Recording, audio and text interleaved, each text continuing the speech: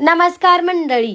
तर सध्या तर लय पाऊस चाललाय बरं का. आता थोडासा पाऊस उघडला होता, कोथिंबीर विकून आले. सकाळी धुतलेली कपडे होती ती बाहेर वाळत टाकली आणि कारभारी म्हणलं लय आभाळ आले, पूनम पटकन कपडे काढ घरात टाक.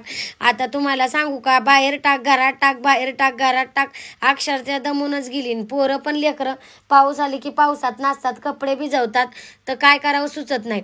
आणि कारभाऱ्यांवरती रुसली होती, त्याच्यामुळे कारभारी म्हणलं चल तुला तुझ्या मनासारखा ड्रेस घेतो.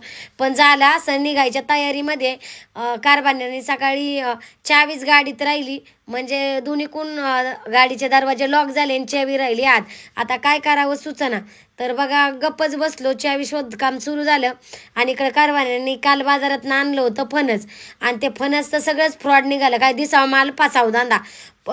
फणस कापलं आणि त्याच्यात गरज अजिबात नाही. ज्यांच्याकडून आणलं त्यांच्यासाठी व्हिडिओ काढून ठेवलेला आहे, कारण हे फणस 100 रुपयाला कारभाऱ्यांनी आणलं होतं. चल चल म्हणले. आणि इथं बघा आमच्या बोरला इतकं पाणी कलाच झाली.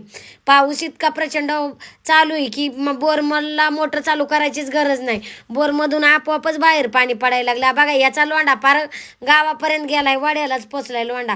मोठी धार लागली बोरला. तर म्हटलं चला आता फेसबुक फॅमिली दाखवा, म्हणजेच याच्यावरून कळतंय पावसाचं प्रमाण किती आहे. आणि आता तर बाया बातम्यांना सांगलंय निम्या रात्री चक्रीवादळच येणार आहे, त्याच्यामुळं मला काही झोप येईना. मग म्हणलं चला आता फेसबुक फॅमिलीला थोडंसं बोरच करूया आणि एक व्हिडिओ एडिट करून तुमच्यापर्यंत पोचवूया. तर इथं बघा दुसरा बोर होता, त्या बोरला पण लय पाणी वरती आलंय बरं का. ज्यावेळेस 4 वर्षापूर्वी दुष्काळ पडला होता त्यावेळेस पाण्याचा टिपका पण नव्हता, म्हणून हा बोर घेतला होता. हा बोर घेतला आणि काय बाया त्या सवतीला जसा हिसाळ येतो तेव्हा हा बोर घेतला आणि जुन्या बोरला परत पाणी आलं.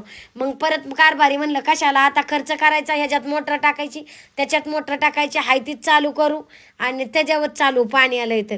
आणि बघा आता कारभारी मला म्हणलं तर चल आता तू रुसली माझ्यावर, तुला एखादा ड्रेस घेतो म्हणून निघालो स्टेशनला. आपण काय सांगू बाई, परत या पावसाने सुरुवात केली.